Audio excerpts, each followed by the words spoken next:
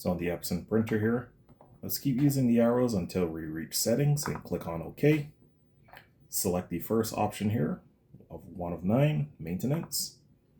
And then we're going to go ahead and click on the right arrow here and select the second option, head cleaning, and then click on OK. And now we're going to go ahead and proceed with the head cleaning here. Let's go ahead and click on OK. And let's go ahead and get an A4 size paper here and load it up into the printer. So we have some paper right here. Let's go ahead and add this to the printer. Just line this up here. And now let's go back to the front panel. Paper's all loaded up. Let's go ahead and click on OK to confirm. Then let's go ahead and click on Start, this button right here.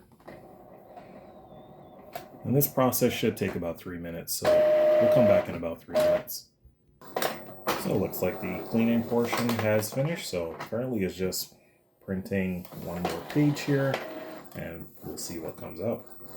And once we're done, we should go ahead and get a sheet just like this here to show the different colors, and if there's any missing segments, you can go ahead and select yes here, and then you should be able to do a power clean, which I will make in the next video here.